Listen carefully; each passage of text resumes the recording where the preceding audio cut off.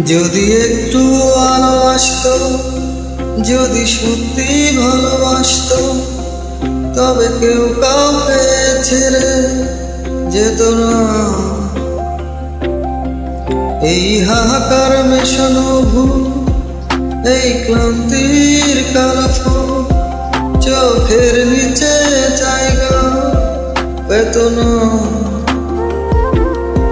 ভালো কেউ বাসে না, বুঝে না এই হৃদয়। আমার সাথেই বলো কেন